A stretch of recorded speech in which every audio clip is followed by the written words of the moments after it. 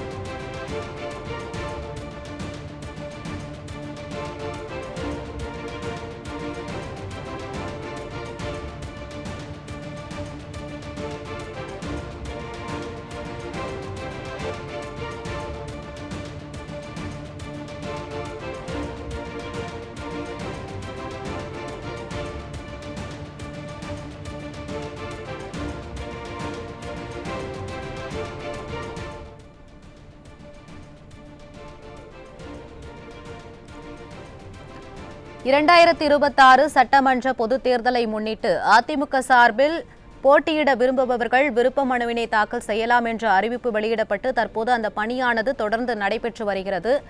சேலம் மாவட்டம் எடப்பாடி தொகுதியில் அதிமுக சார்பில் அதிமுக பொதுச் செயலாளர் எடப்பாடி கே பழனிசாமி அவர்கள் போட்டியிடுவதற்கான விருப்ப மனுவினை சேலம் மாவட்ட கழக நிர்வாகிகள் பெற்றுக்கொண்டு அதனை பூர்த்தி செய்து தற்போது சமர்ப்பித்துள்ளனர்.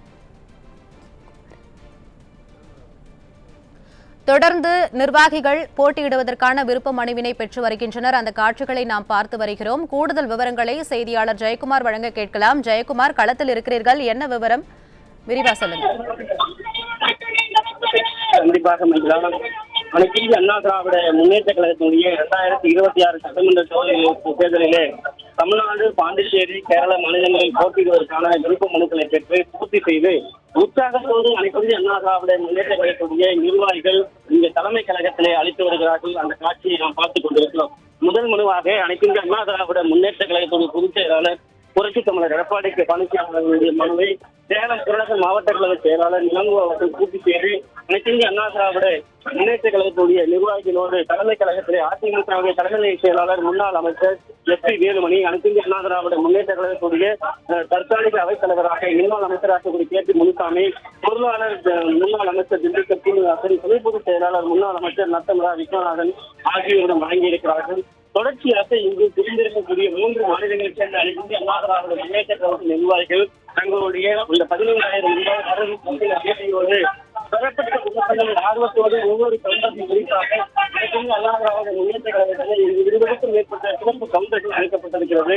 அந்த கவுண்டர்களிலே அவர்களுடைய விருப்ப மனுக்களை பெற்றுக் கொண்டிருக்கிறார்கள். பெறப்பட்ட மனுக்களை திருப்பி செய்து அனைத்து இந்திய அண்ணா திராவிட முன்னேற்ற கழகத்துடைய தலைமை செயலாளர் முன்னாள் அமைச்சர் எஸ் பி வேலுமணி, பொருளாளர் திண்டுக்கல் சீனிவாசன், தற்காலிக அவைத்தலைவர் முன்னாள் அமைச்சர் கே பி முனுசாமி, அதேபோல் துணை பொதுச் செயலாளர் முன்னாள் அமைச்சர் விஸ்வநாதன் ஆகியோரிடம் வழங்கி வருகிறார்கள். அந்த காட்சியை நாம் பார்த்துக் கொண்டிருக்கிறோம். அனைத்து இந்திய அண்ணா திராவிட முன்னேற்ற கழகத்தினுடைய நிர்வாகிகள் 2026 சட்டமன்ற தேர்தலுக்கு தயாராகி இருக்கிறார்கள் என்பதைத்தான் அனைத்திந்திய அண்ணா திராவிட முன்னேற்ற கழக தலைமை அலுவலகமான கழக தலைவர் எம்ஜிஆர் மாளிகையிலே இன்னைக்கு திறந்திருக்கக்கூடிய நிர்வாகிகளின் உற்சாகத்தோடு இந்த மனுக்களை பெற்று ஆர்வத்தோடு அவர்கள் அடுத்து வரக்கூடிய அந்த காட்சிகள் மூலமாக திமுகவை வீட்டிற்கு அனுப்ப வேண்டும் என்று உற்சாகத்தோடு மனுக்களை பெற்று வருகிறார்கள். இந்திய அண்ணா திராவிட முன்னேற்ற கழகத்துடைய முன்னாள் அமைச்சர் மகளிரணி செயலாளர் வளர்மதி, முன்னாள் அமைச்சர் கோகுல என்கிறார் மக்கள் நிபுணர்கள் பொதுச் செயலாளர் விருப்ப மனுவை பூர்த்தி செய்த விருப்ப மனுவை பெறுகிற போது விலகம் முதலமைச்சர் அதே போல இந்திய அண்ணா திராவிட முன்னேற்ற கழகத்தினுடைய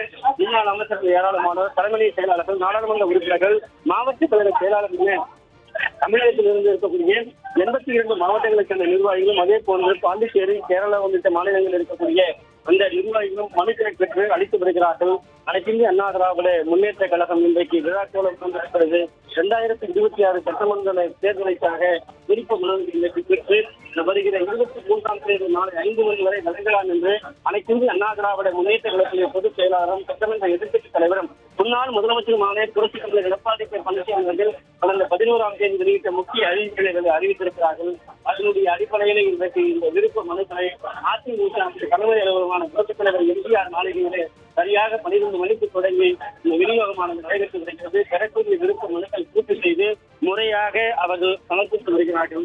அந்த காட்சிகளை நாம் பார்த்துக் கொண்டிருக்கிறோம். ஒவ்வொருவரும் தங்களுடைய விருப்ப மனுவை வாங்குகிற போது தாங்கள் போட்டியிடுகிற தொகுதிக்கும் அதே போல புரட்சித் எடப்பாடிக்கு பணிச்சை போட்டியிட வேண்டும் என்கிற விருப்ப மனுவை ஏராளமானோர் நிர்வாகிகள் இங்கு அளித்து வரக்கூடிய அந்த காட்சிகளை நம்மால் பார்க்க முடிகிறது.